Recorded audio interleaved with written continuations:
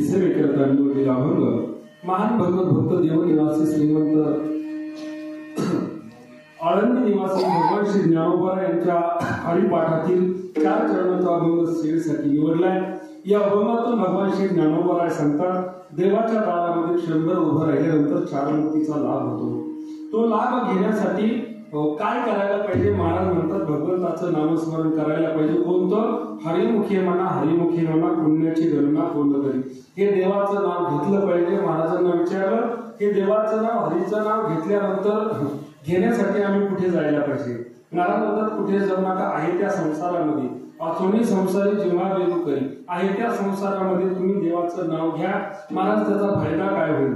असोनी संसारी जेव्हा वेगू करी, वेद शास्त्र उभारी बाह्य सदा। महाराज म्हणतात वेदाने हात वर करून आम्हाला सांगितलं, काय सांगितलं? संसारात राहून तुम्हाला देवाचं नामचिंतन करता येतं। ज्यांनी देवाचं नामचिंतन केलं, देवाचं नाव घेतलं, त्यांचा उद्धार झाला। कुणाचा? महाराज पुरावा द्या। ज्ञानेश्वर महाराजांनी पुरावा दिला। ज्ञानदेव म्हणे व्यासाचे पुन्हा द्वारकेचे रान नवा घरी। ज्ञानोबा म्हणतात व्यासांनी आम्हाला सांगितलं हात वर करून, काय? द्वारकेचा राणा पांडवा घरी। द्वारकेचा राणा असणारा भगवान श्रीकृष्ण परमात्मा पांडवाच्या घरी राहिला।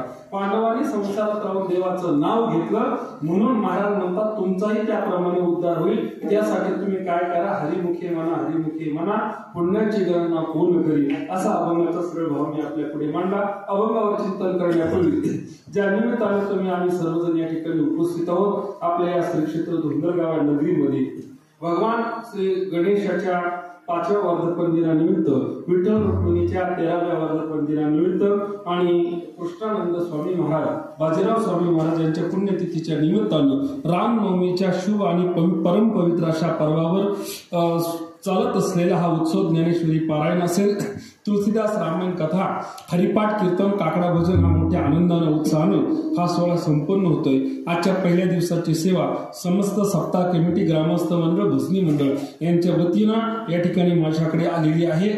आदरणीय हरिभक्त परायण अरुण काका आणि यांनी या ठिकाणी मला ही तुमच्या दर्शनाची संधी प्राप्त करून दिली। ज्यांनी ती कीर्तन सेवा घेतली ते आमचे रमेश भाऊ त्रिभुवन असतील आणि उपस्थित सर्व गावातील भजनी मंडळ आदरणीय बाळासाहेब काका असतील की ज्यांनी आपल्या या गावामध्ये अनेक वर्षापासून वारकरी संप्रदायाची ती सेवा करतात, म्हणून काका या ठिकाणी उपस्थित आहे। आदरणीय प्रकाश महाराज आहे, आदरणीय दत्तू महाराज आहे, रमेश भाऊ आहेत, विनेकरी आहेत, सर्व आदरणीय गणेश भाऊ असतील। आमचे दर महिन्याला या ठिकाणी शंकर स्वामी वारीला दिंडी घेऊन येतात। वाघ महाराज आहे, पेटी मास्तर आहे, मृदंगाचार्य मयूर महाराज ते या ठिकाणी उपस्थित आहे। समोर सर्व ज्येष्ठ श्रेष्ठ मंडळी आदरणीय शंकर स्वामी संस्थांची ज्यांनी अनेक वर्ष सेवा केली, आजही करत आहे, आदरणीय सुरेश महाराज असतील, सर्व परिचित अपरिचित महिला मंडळ, पुरुष मंडळ सर्वांच्या उपस्थितीमध्ये या ठिकाणी मी चिंतन सेवा करणार आहोत। वेळ तसा थोडासा आहे, पण तरीही आपल्या अल्पावधी वेळेमध्ये मी या ठिकाणी अभंगावर चिंतन सेवा मांडणार आहे। आज तसा परम पवित्र दिन आहे, आज म्हणजे गुढीपाडवा आहे आणि गुढीपाडवा म्हटल्यानंतर आज आपल्याला माहिती आहे इंग्रजाचं वर्ष हे 1 जानेवारीला सुरू होतं। आर्थिक जे वर्ष असतं आपलं मार्च नंतर ते 1 एप्रिलला सुरू होतं। व्यापारी लोकांचं वर्ष हे कार्तिक वद्य प्रतिपदेला सुरू होतं आणि आज आपल्या हिंदू धर्माचं मराठी माणसाचं वर्ष आज या ठिकाणी आपलं चैत्र वद्य प्रतिपदेला सुरू होतं। नाही का? पवित्र पावन आजचा दिवस आहे म्हणजे गुढीपाडवा आहे आणि गुढीपाडवा आपल्याला माहिती आहे आज या पर्वावर आपलं हे मराठी लोकांचं वर्ष नवीन वर्ष सुरू होत आहे। खरं तर आज या ठिकाणी 1945चा शक निर्माण झालाय आणि आज संवत्सर निर्माण झाला, क्रोधीनाम संवत्सर आजपासून सुरुवात झाली। आपल्याला माहिती कलियुग सुरुवात झालंय आणि कलियुगानंतर हा कलियुगाचा प्रभाव चाललेला आहे आणि आज परम पवित्र दरबारामध्ये क्रोधीनाम संवत्सर आज सुरू होतं म्हणजे मराठी माणसाचं आज खऱ्या अर्थाने वर्ष सुरू होतं। ऐका, आज वर्ष सुरुवात झालं म्हणजे आज वर्ष जन्माला आलं आणि याचा शेवट कधी होतो? ऐका, जसं मनुष्य जन्माला आला म्हणजे त्याचा शेवट कधीतरी होणार आहे, तसं वर्ष आज सुरुवात झालं की याचा शेवट होतो हा होळीच्या दिवशी। होळीच्या दिवशी त्याचं दहन केलं जातं आणि पुढे होळीपासून पुढे बरोबर जसं मनुष्याचं दहन केल्यानंतर 13 दिवसानंतर मनुष्य त्या ठिकाणी म्हणजे त्या मुक्त होतो, तसं या वर्षाचा शेवट होळीला होतो. होळीचं दहन केल्यानंतर बरोबर पुढे 16व्या दिवशी आज या ठिकाणी प्रतिपदा तिथी येते आणि नंतर मग हा दिवस अर्थात गुढीपाडवा सुरू होतो. आता या गुढीपाडव्याचं अनेक वेगवेगळ्या धर्मशास्त्रामध्ये अनेक वेगवेगळं महत्व आहे. ज्ञानोबा सांगतात सज्जना करवी गुढी उभवी तयाते. आज ज्ञानोबा म्हणतात ही सज्जनाची गुढी आहे, ज्ञानाची गुढी आम्ही या ठिकाणी आज निर्माण केली आहे. हो, संतांनी सुद्धा सांगितलं की ज्या दिवशी भगवान परमात्मा अवताराला येतो आणि त्या दिवशी आमच्या या गोकुळामध्ये आनंद उत्सव होतो. गुढिया तोरणी करीती कथा गाते गाणी गुढ्या उभारल्या. तसं या गुढीचं अनेक शास्त्रामध्ये वेगवेगळं वर्णन आहे. रामचंद्र प्रभू या ठिकाणी वनवासातून आल्यानंतर त्या लोकांनी उत्सव साजरा केला, तो गुढिया उभारून केला. महाराज म्हणतात वृंदावनामध्ये भगवान परमात्मा जेव्हा येतात ना त्यावेळेला सुद्धा गुढी उभारण्यात येते. महाराज म्हणतात गुढिया वृंदावना मथुरातील उग्रसेना, असं संतांनी वेगवेगळ्या ठिकाणचं वर्णन केलेलं आहे. आज या ठिकाणी ब्रह्मध्वज पूजला जातो, म्हणजे गुढी उभारून ब्रह्मध्वज आहे. ब्रह्मध्वज काय आहे? कधी कधी आम्हाला सनातनी लोक भेटतात, सनातन धर्माच्या विरोधात वागणारी माणसं भेटतात. ती म्हणतात काय हो बघा आपला कलश हा कसा असतो, प्रत्येक पूजेला कोणतंही पूजन करायचं तर कलश कसा असतो, सोयीचा असतो. आणि आज या सनातनी लोकांनी आज उलटा कलश घातलाय, पालथा कलश घातला आणि अर्थात या हिंदू धर्माची बदनामी केली असं म्हणणारे अनेक सुशिक्षित माणसं आहे, धर्माला न मारणारे माणसं आहे. पण ऐका, आमच्या संतांनी हा कलश उलटा का सांगितला, आज तो पालथा का घालायचा, हा आमच्या हिंदू धर्माची बदनामी नाहीये, या आमच्या हिंदू धर्माची आबरू नाही लुटायची. कशासाठी? ऐका, तो ब्रह्मध्वज उलटा काय अर्थात कलश उलटा का घालायचा? ऐका, जन्माला जीव येतो ना त्यावेळेस तो आईच्या गर्भामध्ये असतो, आईच्या गर्भातून जीव जन्माला येतो.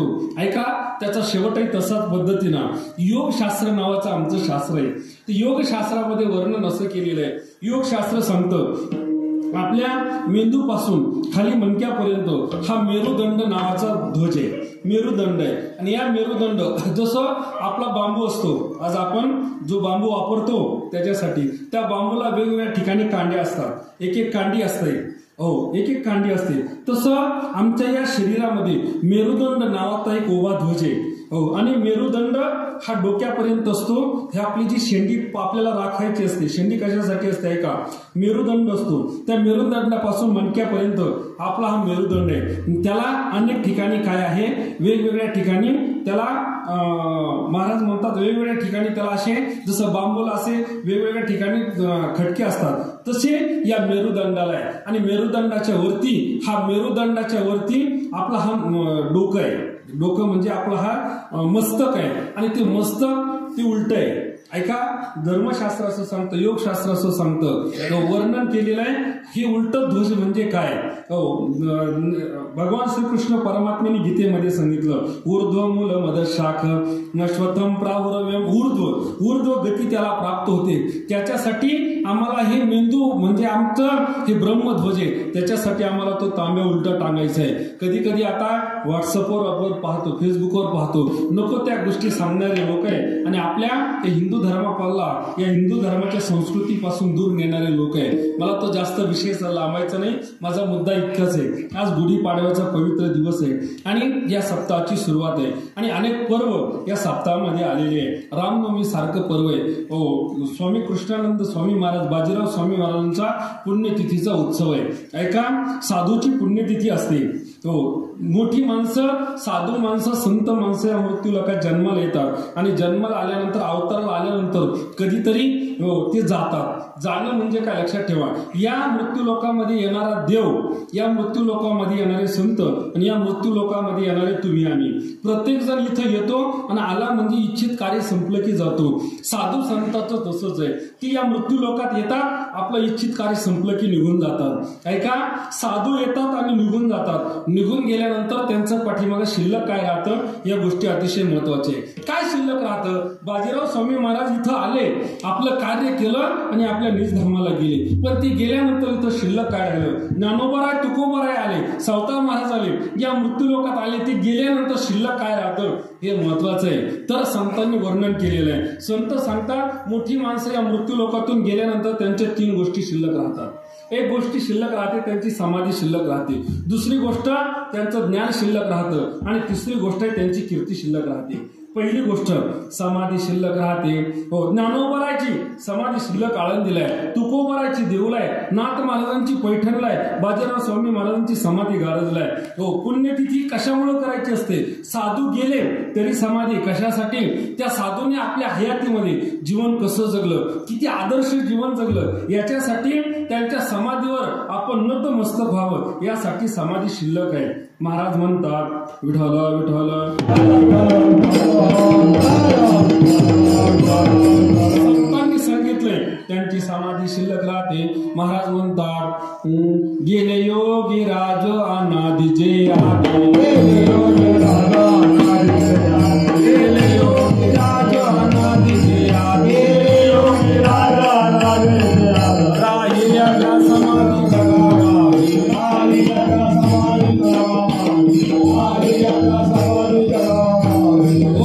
महाराज सांगतात गेली योगीराज अनादि जे आधी, राहिल्या त्या समाधी जगा माझी. संतांची मोठ्या माणसाची समाधी शिल्लक राहते. ऐका, समाधी शिल्लक राहते तसं मोठ्या लोकांचं ज्ञान शिल्लक राहतं. ज्ञानोबरायचं ज्ञान ज्ञानेश्वरीच्या रूपाने, जगद्गुरु तुकाराम महाराजांचं ज्ञान गाथेच्या रूपाने, तसं ज्या महात्म्याची पुण्यतिथी आहे बाजीराव स्वामी महाराज यांनी अनेक ग्रंथ लिहून ठेवले. त्यांचा पुण्यतिथी उत्सव म्हणजे त्यांचं ज्ञान या ठिकाणी जागृत करण्याचं काम आहे. वेदावर अनेक ग्रंथ त्यांनी भाष्य लिहिलेले आहे. मी बरेच ग्रंथ त्यांचे, आमचे अण्णा होते रमेश भाऊचे वडील, ते कायम त्यांनी माझ्याकडे ग्रंथ आणून द्यायचे. महाराज याचा मला अर्थ सांगा. हे ग्रंथ बाजीराव स्वामींनी लिहिलेले आहे. हो, मला मुद्दा सांगायचा आहे की ती एवढ्या मोठ्या माणसाचं आहे. हो, अनेक साधना तपश्चर्या केलेली व्यक्तिमत्व होतं. वेदांतावर ग्रंथ लिहिलेले आहे. हो, आणि ब्रह्मसूत्रावर त्यांनी भाष्य लिहिलेलं आहे. मला मुद्दा सांगायचा आहे, त्यांचं ज्ञान आजही शिल्लक आहे. मी सांगत नाही, आमचे नामदेव महाराज म्हणतात. नामदेव महाराज सांगतात नामा म्हणे देवा गेले मुनी, नामा म्हणे देवा गेले मुनी जन, नामा म्हणे देवा गेले मुनी जन, नामा म्हणे देवा गेले मुनी जन, राहिले ते ज्ञान जगामाजी, राहिले ते ज्ञान जगामाजी, नामा म्हणे देवा गेले मुनी जन, नामा म्हणे देवा गेले मुनी जन, राहिले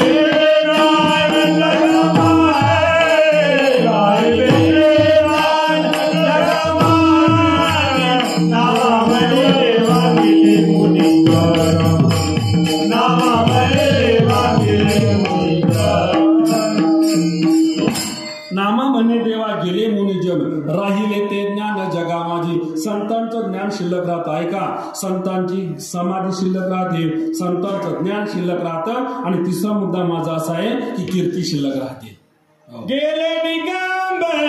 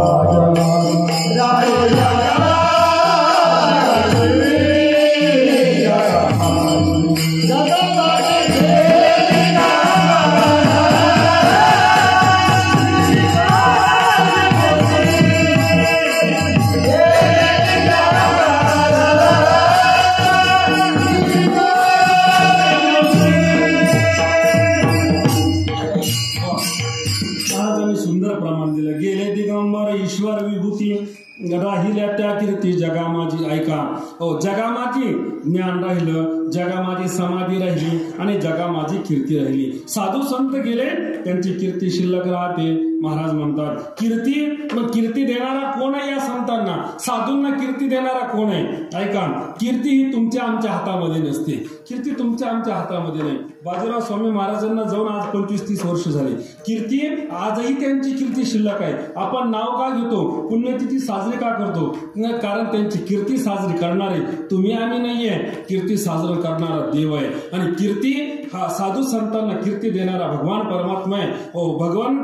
भगवान श्रीकृष्ण परमात्मा सांगतात कीर्ती ही माझी विभूती आहे. अनेक विभूती सांगत असताना भगवंत सांगतात कीर्ती स्त्रीवाक् नारी नाम स्मृती मे दादृती क्षमा. कीर्ती ही माझी विभूती आहे आणि ती कीर्ती मी प्रदान करत असतो. कीर्ती देणारे तुम्ही आम्ही नाहीये. आणि महाराज भगवंत कीर्ती देतो. कीर्ती देणारा तो आहे आणि कीर्ती पसरवणारा सुद्धा तो आहे. आज स्वामींची कीर्ती, ज्ञानोबा तुकोबारायची कीर्ती पसरवणारा तो आहे.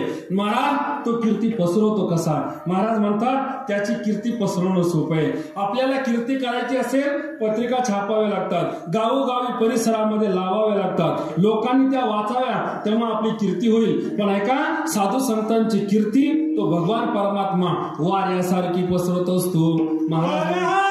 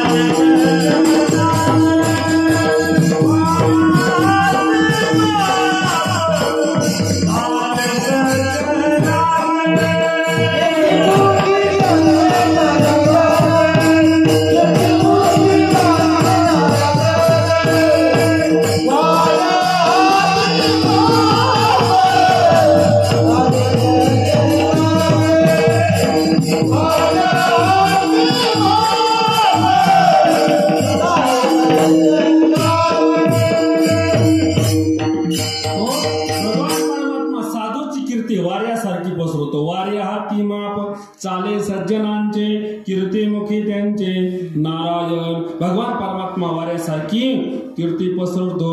हो, कीर्तिमुखी त्यांचे नारायण, त्याचे मुखी नारायणाची कीर्ती, साधूची कीर्ती असते. बरं महाराज, साधूची तो कीर्ती या जगामध्ये पसरवतो, या मृत्यू लोकातच पसरवतो का? इथंच त्यांचं नाव घेतलं जातं का? महाराज म्हणतात तसं नाही. या मृत्यू लोकात नाही, वैकुंठात सुद्धा त्यांचं नाव आहे. तुकोबाराय म्हणतात तो का म्हणे गाजे वैकुंठी सोहळा.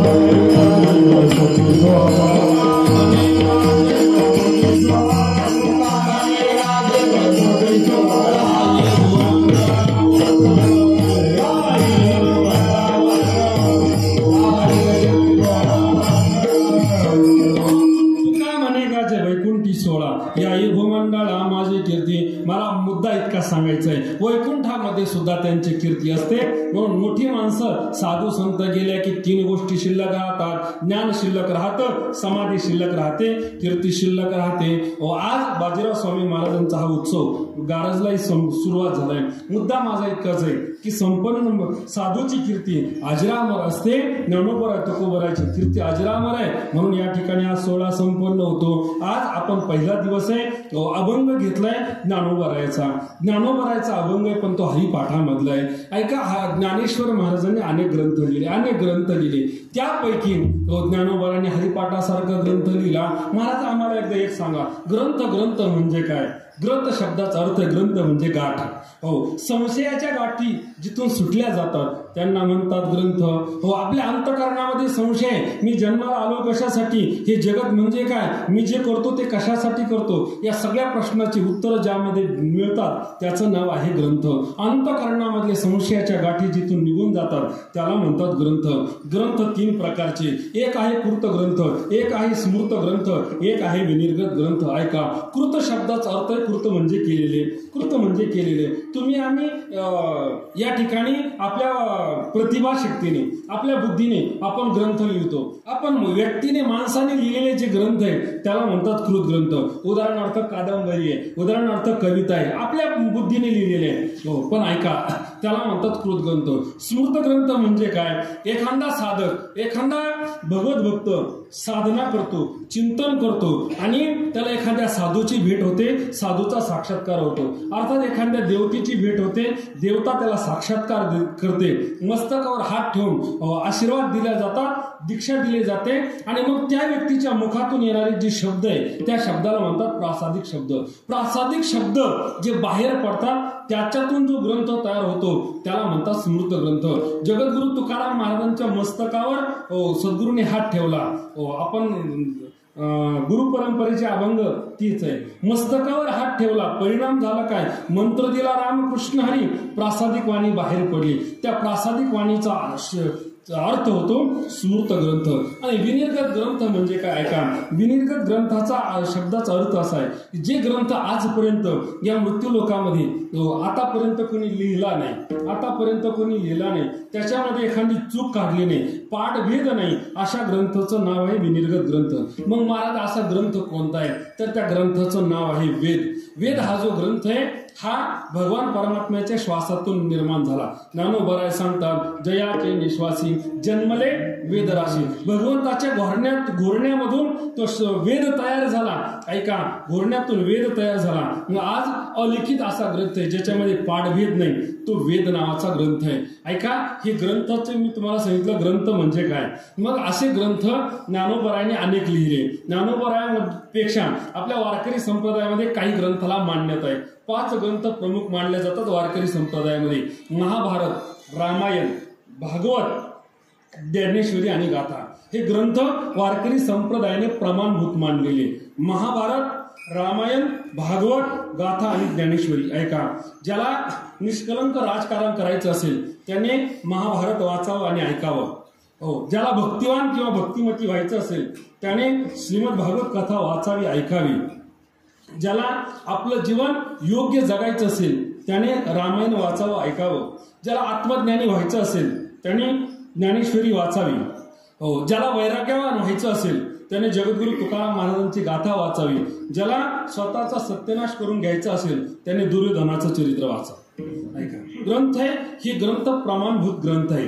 त्यापैकी ऐका, ज्ञानोबरायांनी जे ग्रंथ लिहिले, एक ग्रंथ नाहीये, ज्ञानोबरायांनी अनेक ग्रंथ लिहिला. ज्ञानेश्वरी लिहिली, चांगदेव 65 लिहिले, अमृतानुभवासारखा ग्रंथ लिहिला आणि हरिपाठ लिहिला.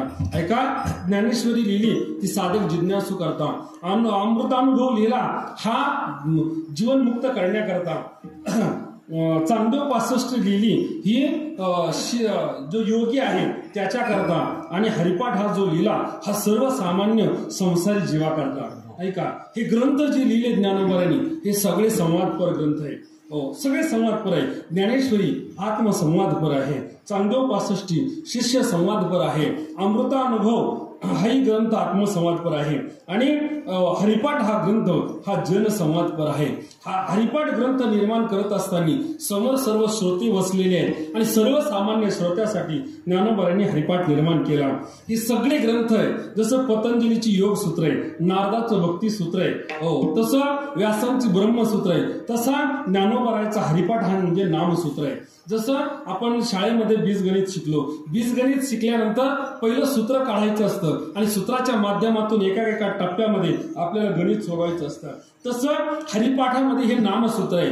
एक नाम घेतलं त्या माध्यमातून सूत्र सोडवायची प्रक्रिया आहे. आता अनेक सूत्र आहेत, सूत्र जास्त सांगत बसत नाही, पण मुद्दा सांगतो सूत्रमय पद्धतीचा ग्रंथ आहे। एक अभंग हरिपाठाचा घेतला की त्याचं उत्तर हे पाठीमागच्या अभंगामध्ये हो, त्याचं पाठीमागचा अभंग घेतला त्याचं उत्तर पुढच्या 2 चरणामध्ये। मला मुद्दा सांगायचा आहे, हरिपाठाचा ग्रंथ आहे। आता हरिपाठ हा ग्रंथ दिसायला जरी लहान असला पण तो सर्वसामान्य लहान जरी असला पण फार मोठा आहे, अर्थाने फार मोठा आहे। ऐका मुद्दा सांगतो, आपल्या वारकरी संप्रदायामध्ये 2 हरिपाठ प्रमाणभूत आहे। 2 हरिपाठ, एक म्हणजे नाथ महाराजांचा आणि दुसरा एक ज्ञानेश्वर महाराजांचा। 2 हरिपाठ हे प्रमाणभूत मानले जातात आणि दोन्ही हरिपाठांचं जे सूत्र सांगितलं, दोन्ही हरिपाठांचं नामसूत्र ही एकच सूत्र आहे दोन्ही हरिपाठाचं। बघा हो, ज्ञानेश्वर महाराजांच्या हरिपाठाचं नामसूत्र आहे हरिमुखे म्हणा, हरिमुखे म्हणा, आणि नाथ महाराजांच्या हरिपाठाचं सूत्र आहे हरिमुखी गाता हरपली चिंता विठाला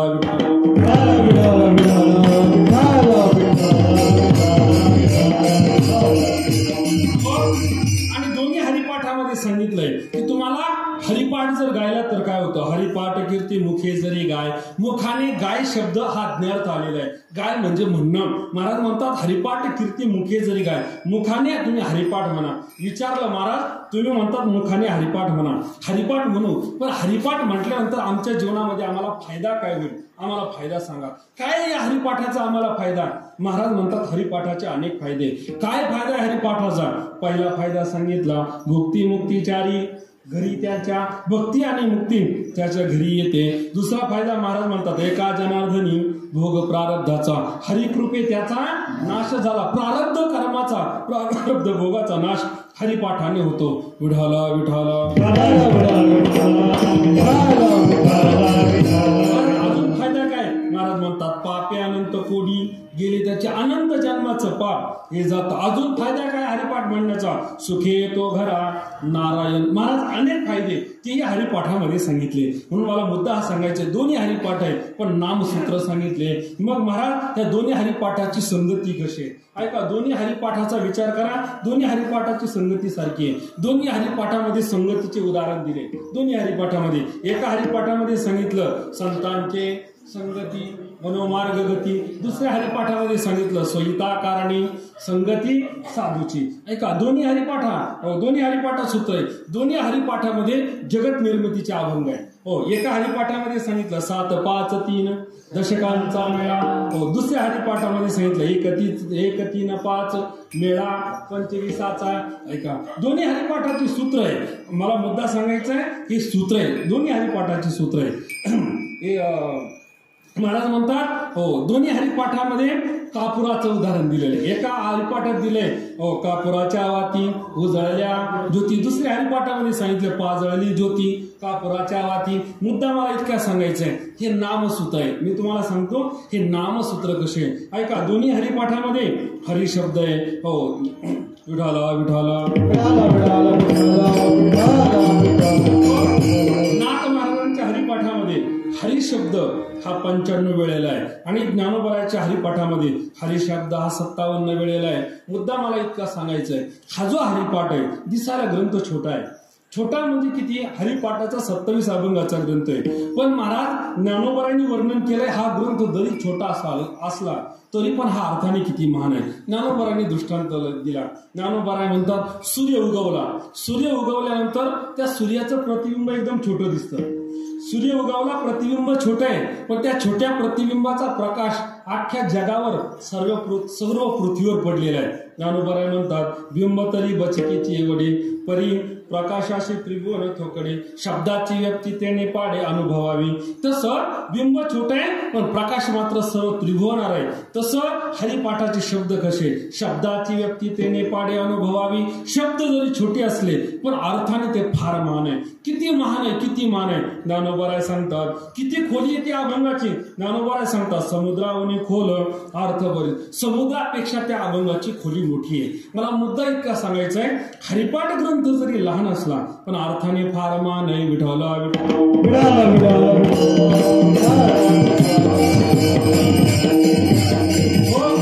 ज्ञानोबरांनी जी ग्रंथाची निर्मिती केली ती सर्वसामान्य निर्मिती नाही, त्या निर्मिती पाठीमागे मोठे कष्ट आहे, मोठं दुःख आहे. एक ऐका, एक सांगतो. आपण जेवढे जेवढे ग्रंथ पाहतो, हे ग्रंथ आज आपल्याला दिसतात, पण ग्रंथ निर्मितीच्या पाठीमागं फार मोठं दुःख आहे. एका ग्रंथाची निर्मिती सांगतो. रामायणासारखा ग्रंथ आपण पाहिला, रामायणासारख्या अनेक कथा आपण ऐकल्या. महाराज काय, जो वाल्या कोळी अनेक हजारो त्याने अनेक लोकांना मारलं, ब्राह्मणांना मारलं, की बरेच राजन त्याचे भरले. आपण सगळी कथा ऐकतो. मला मुद्दा सांगायचा आहे, जो ब्राह्मणांना मारतो, त्यांचा खून करतो आणि एक ब्राह्मण मारल्यानंतर एक खडा टाकतो, अनेक राजन त्याचे भरले. महाराज मला एक सांगा, त्याच्या अंतःकरणात किती क्रोध असेल, किती राग असेल, की महाराज माणूस मारायचा, एक खडा टाकायचा, किती 17 राजन, अनेक राजन भरले. मला मुद्दा हा सांगायचा आहे, अंतःकरणामध्ये किती क्रोध असेल, किती राग असेल. पण ऐका, ज्याला राम म्हणता येत नव्हतं, तो मरा मरा म्हटला. मरा मरा म्हटल्यानंतर साधना केली आणि अनेक वर्ष साधना केली. नारदाने त्याला सांगितलं साधना कर. काही दिवसाने नारद आले. ज्या ठिकाणी साधना करत होता त्या ठिकाणी अंगावर वारुळ आलेलं होतं. नारदाच्या लक्षात आलं, वारुळ काढलं आणि ज्या वेळेला त्याची समाधी उत्थान करायची, ऐका, जो एका काळचा डाकू होता, जो एका काळचा चोर होता, त्याची समाधी उत्थान करायची, अंगावरचं वारुळ काढलं. त्याला उठवायचंय, नारद महर्षी समोर आहे, त्याला उठवायचंय. समोर असा प्रसंग घडला, जिथं महर्षी तो वाल्मिक बसलेला होता, समोर एक तलाव होता. त्या तलावाच्या काढ्याला एक झाड होतं. त्या झाडावर 2 पक्षी बसलेले होते. त्यांचं नाव आहे क्रौंच पक्षी. पक्षी नर आणि मादी दोघ जण बसलेले होते. दोघांच्या सुंदर गप्पा गोष्टी चाललेल्या होत्या. अचानक एक पारधी आला आणि त्या पारध्याने त्या पक्षाला बाण मारला. त्या नराला तो बाण लागला आणि तो बाण खाली पडला. हे दृश्य ज्या वेळेला घडत होतं त्यावेळेला त्यांची समाधी उत्थान पावली. कोणाची? त्या वाल्मिक ऋषीची, वाल्या कोळ्याची समाधी उत्थान पावली. समाधी उत्थान पावली, डोळे उघडले, तेवढ्यात त्या पारध्याने बाण मारला. त्या क्रौंच पक्षाला तो बाण लागला. क्रौंच पक्षी खाली पडला. तो क्रौंच पक्षी विवळत होता. त्याची ती मादीवर शोक करत होती आणि शोकाने ती म्हणत होती, हे पारधी, आमचं काय चुकलं, काय चुकलं आमचं? आम्ही दोघं जण मस्त गप्पा मारत होतो, तू बाण मारला, आता माझा हा जो शोक आहे, माझा पतीचा विरहाचा जो शोक आहे, ऐका, त्याच वेळेला त्या वाली कोळ्याने अर्थात त्या महर्षीने वाल्मिकाने डोळे उघडले. डोळे उघडल्यानंतर पहिला प्रसंग डोळ्यासमोर घडला. अंतःकरणामध्ये दया निर्माण झाली. ऐका, एका काळाचा डाकू, एका काळाचा चोर, आणि त्यावेळेला अंतःकरणामध्ये दया निर्माण झाली, करुणा निर्माण झाली. म्हणून त्याच्या मुखातून पहिल्यांदा रामायणाचे शब्द बाहेर पडले. रामायणाचा पहिला श्लोक त्याच्या मुखातून बाहेर पडला. मा निषाद प्रतिष्ठाम आगम शाश्वती समा येत क्रौच मिथुनादेकम अवधी काम नूतम. मा निषाद प्रतिष्ठाम आगम शाश्वती समा. काय चुकलं होतं माझं? ती मादी म्हणत होती, ऐका, आणि दया निर्माण झाली. मुद्दा ऐका, दया निर्माण झाली, करुणा निर्माण झाली. तिथून पुढे जे रामायण लिहिलं, रामायणाची सुरुवात होती. वाल्या कोळ्यांनी जेवढं रामायण लिहिलं, सगळं रामायण तुम्ही ऐकलंय, मला माहिती, अनेक कथा तुम्ही ऐकल्या. सगळ्या रामायणाचे प्रसंग ऐका. सगळ्या रामायणाचे प्रसंग हे करुण रसातले, करुण रसातले. रामायणामध्ये वीररस कमी आहे, रामायणामध्ये रौद्र रस कमी आहे, रामायणातले सगळे रस कमी आहे. सगळ्यात जास्त रस असेल तो करुणा आहे. म्हणून रामायणातला कोणताही प्रसंग ऐकताना करुणा निर्माण होते, दया निर्माण होते. मुद्दा माझा इतकाच आहे, ग्रंथाची निर्मिती कशावर अवलंबून आहे. तसा ज्ञानेश्वर महाराजांनी हरिपाठ लिहिला. हरिपाठ हा जो लिहिला ना, हा नामसूत्र लिहिलेले, नामाची सूत्र आहे. काय सूत्र आहे? महाराज म्हणतात, नाम घ्या, एका हाताने नाम घ्या, दुसऱ्या हाताने तुम्हाला मोक्ष मिळेल. मुखी नाम हाती मोक्ष, मुखी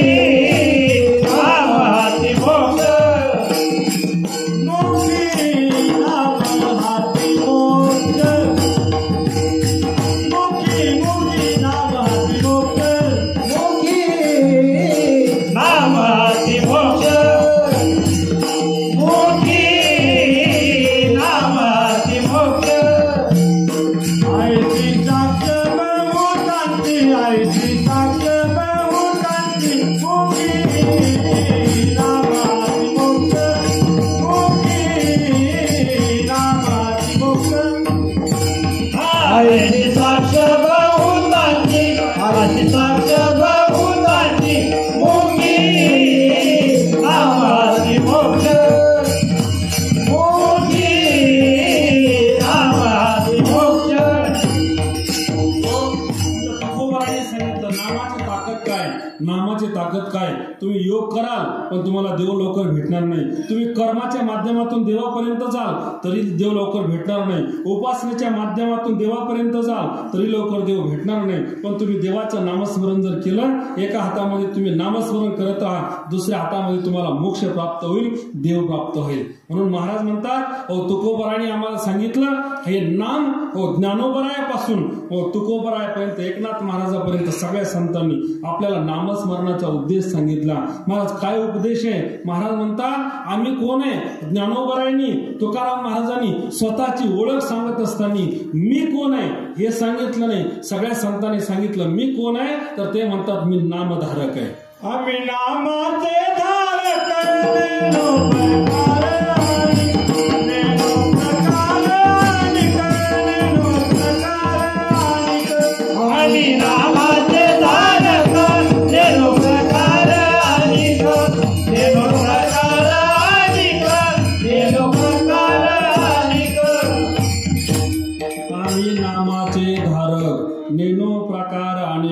सर्व भाव एक विठ्ठलची प्रमाण. महाराज म्हणतात आम्ही नामाचे धारक आहे. मग तुम्ही नामाचे धारक झाले महाराज, आम्हाला सांगितलं तुम्ही नामाचे धारक, तुम्ही स्वतः नामधारक झाले, याची पुरावा काय, ही ओळख काय?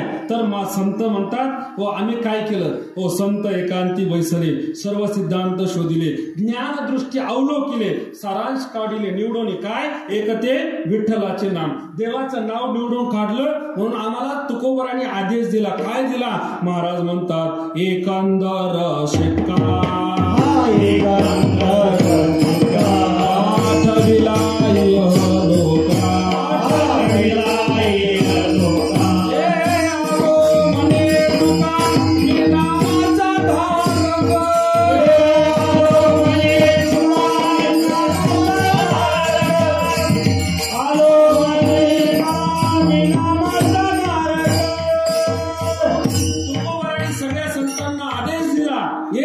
शिक्का पाठविला ये लोका, आलो म्हणे तुका मी नामाचा धारक आहे. मी नामाचा धारक इथं आलो. मला मुद्दा इतका सांगायचा आहे, ज्या ज्ञानोबरायांनी नामसूत्रावर हरिपाठ लिहिला ते नामधारक तुकोबरायापर्यंत पोहोचले.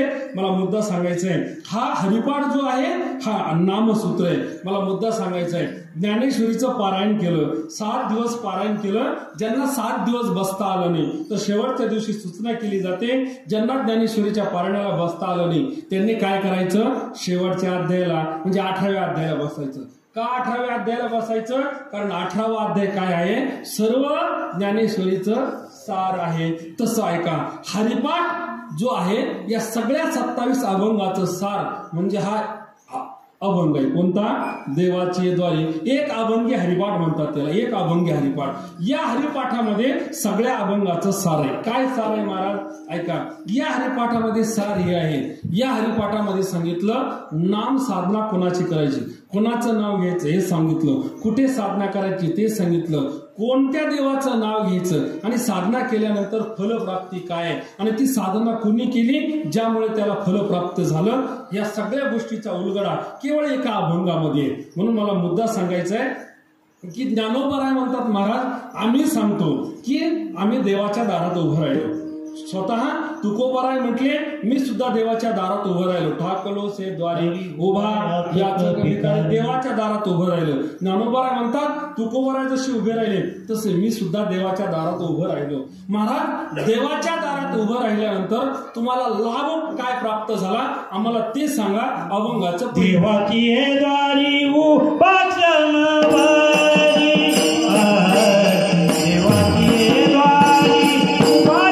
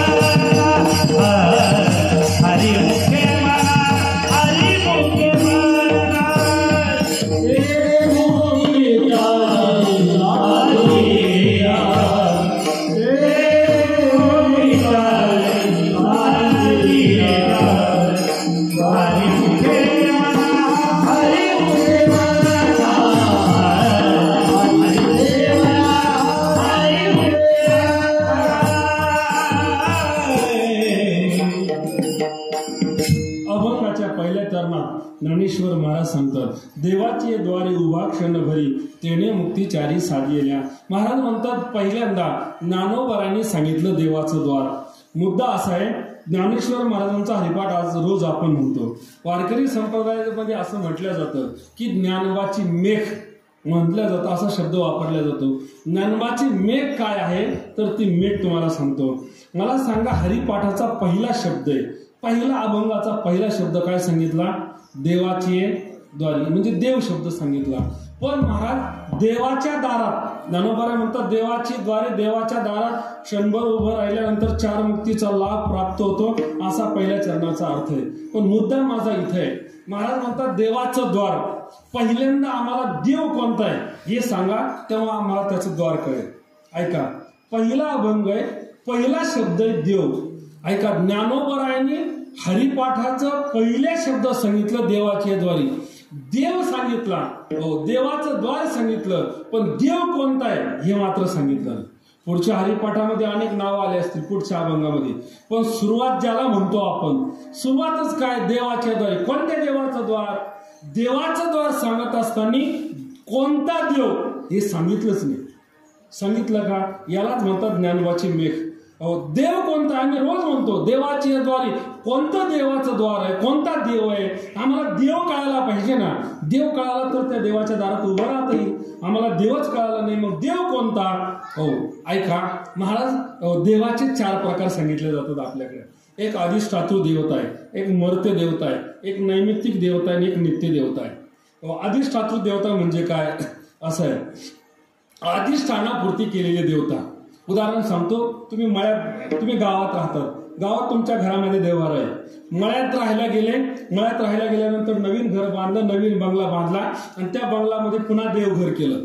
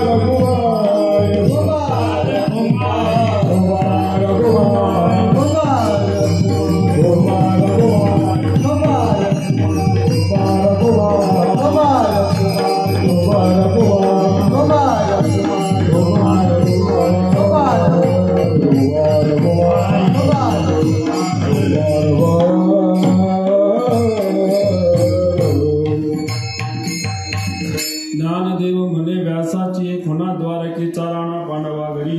हरिमुखी मना पुण्याची गणना कोण करी. महाराज म्हणतात ज्ञानदेव म्हणे व्यासाची एक होना.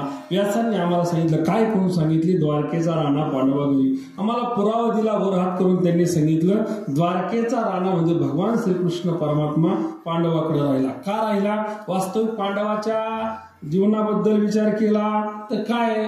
तुकोबारांनी सांगितले, कागाचे विष्टे जन्म पिंपळाशी, पांडव कुळाशी पाहता दोष. अरे महाराज म्हणतात त्यांच्या कुळाकडे पाहना. काय कुळ आहे महाराज? त्या कर्णाचा जन्म कधी झाला? लग्नाच्या अगोदर. असं वास्तविक समाज जीवनामध्ये चालत नाही. तरी तो द्वारकेचा राणा पांडवाच्या घरी. महाराज त्या पांडवामधला जो भीम होता त्याने महाराज आपल्या कुळातल्या मुलीशी लग्न नाही केलं, राक्षस कुळाशी मुलीची लग्न केलं, ते हिडिंबाशी. तरी द्वारकेचा राणा पांडवा घरी. मुद्दा माझा इतकाच आहे महाराज. आतापर्यंत समाज जीवनात आपण पाहतो एखाद्या माणसाला 2 पत्नी असेल, पण एका स्त्रीला 5 पती. कुठे घडलं हे? महाभारतात घडलं. तरी द्वारकेचा राणा पांडवा घरी. महाराज आम्हाला हे सांगा, असं असताना सुद्धा द्वारकेचा राणा त्यांच्या घरी का राहत होता? तेही संसारिक होते. त्याचं कारण एकच होते, पाहते पांडव अखंड वनवासी परित्या देवासी आठविती. वनवासात होते पण अखंड देवाचं चिंतन करत होते. त्याचं कारण असं आहे, महाराज म्हणतात नुसतं देवाचं चिंतन करत नव्हते. अर्जुनाच्या रोमारोमातून केसातून जय कृष्ण श्रीकृष्ण ध्वनी निघत होता. अर्जुनाची आई कुंती म्हणायची, देवा आम्हाला सुख देऊ नको, आम्हाला काय दे? दुःख दे. दुःखामध्ये आम्हाला सतत तुझी आठवण राहते. म्हणजे देवासाठी ते सारखं स्मरण करत होते. म्हणून तो पांडवाचा राणा त्यांच्या घरी राहिला. द्वारकेचा राणा पांडवा घरी कशामुळं? हरिमुखे म्हणा पुण्याची गणना कोण करे. माझा वेळ संपलेला आहे. एक तुमचे 2-5 मिनिटं याच्यासाठी घेतो, मला अभंगावर शंका उपस्थित करायची म्हणून. महाराज म्हणतात देवाची द्वारी, देवाच्या दारामध्ये आम्हाला एक सांगा, आम्ही देव ऐकला, देवाचं द्वार ऐकलं, उभं राहायचं सगळं ऐकलं, पण आम्हाला एक सांगा आतापर्यंत त्या देवाच्या दारामध्ये उभं कोण आहे? उभं कोण आहे? मला एवढी शंका मांडायची. तर ऐका मुद्दा, मी अगोदर तुम्हाला दृष्टांत सांगतो, नंतर सिद्धांतावर येतो. महाराज म्हणतात देवाच्या दारात कोण आहे? ऐका. तर मला मुद्दा हा सांगायचे, देवाच्या दारात संत आहे. संत कसे आहे देवाच्या दारात, एवढा मुद्दा मला प्रतिपादन करायचं आहे. उदाहरण सांगतो. एखाद्या व्यक्तीचं काम आमदार साहेबाकडे आहे.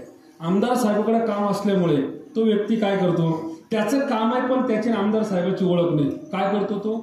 आपल्या गावातला एखादा कार्यकर्ता घेतो साहेबांचा आणि मग आपण आमदाराकडे घेऊन जातो. त्या कार्यकर्त्याला घेऊन आमदाराकडे गेलं की आमदाराच्या बंगल्याचं गेट बंद असतं. गेट पहिल्यांदा उघडावं लागतं. बेल असते दरवाजाला, बेल उघडली, गेटवर बेल असते, दरवाजा उघडला, आतमध्ये गेलं, त्या बंगल्याचा दरवाजा असतो, त्यालाही बेल असते, बेल वाजवली, आतमध्ये प्रवेश होतो. आतमध्ये गेल्यानंतर आमदार आतमध्ये नसतात. आमदार कुठे असतात? आतमध्ये कॅबिन मध्ये राहतात. मग त्या कॅबिनची बेल वाजवायची.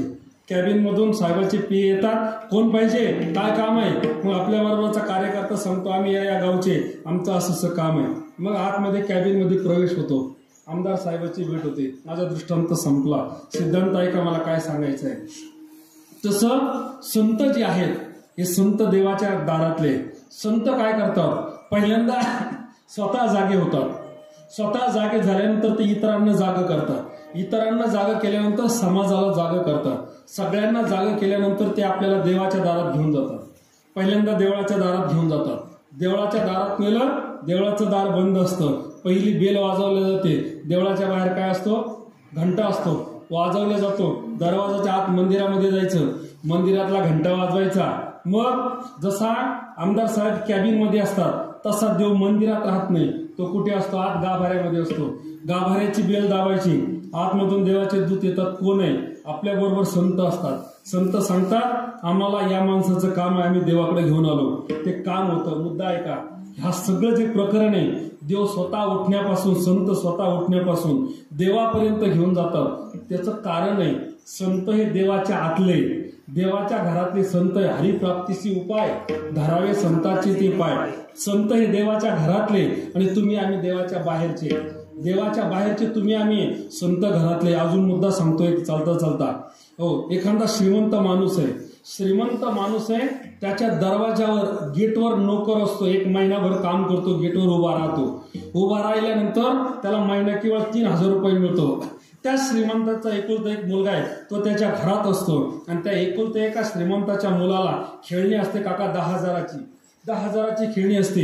श्रीमंताचा मुलगा आहे, लाडका मुलगा आहे, आणि तो लाडका मुलगा 10,000ची खेळणी 2 दिवसात मोडून टाकतो. आणि गेटवर असणाऱ्या माणसाला पगार महिनाभर काम करून 3000 रुपये. काय असं?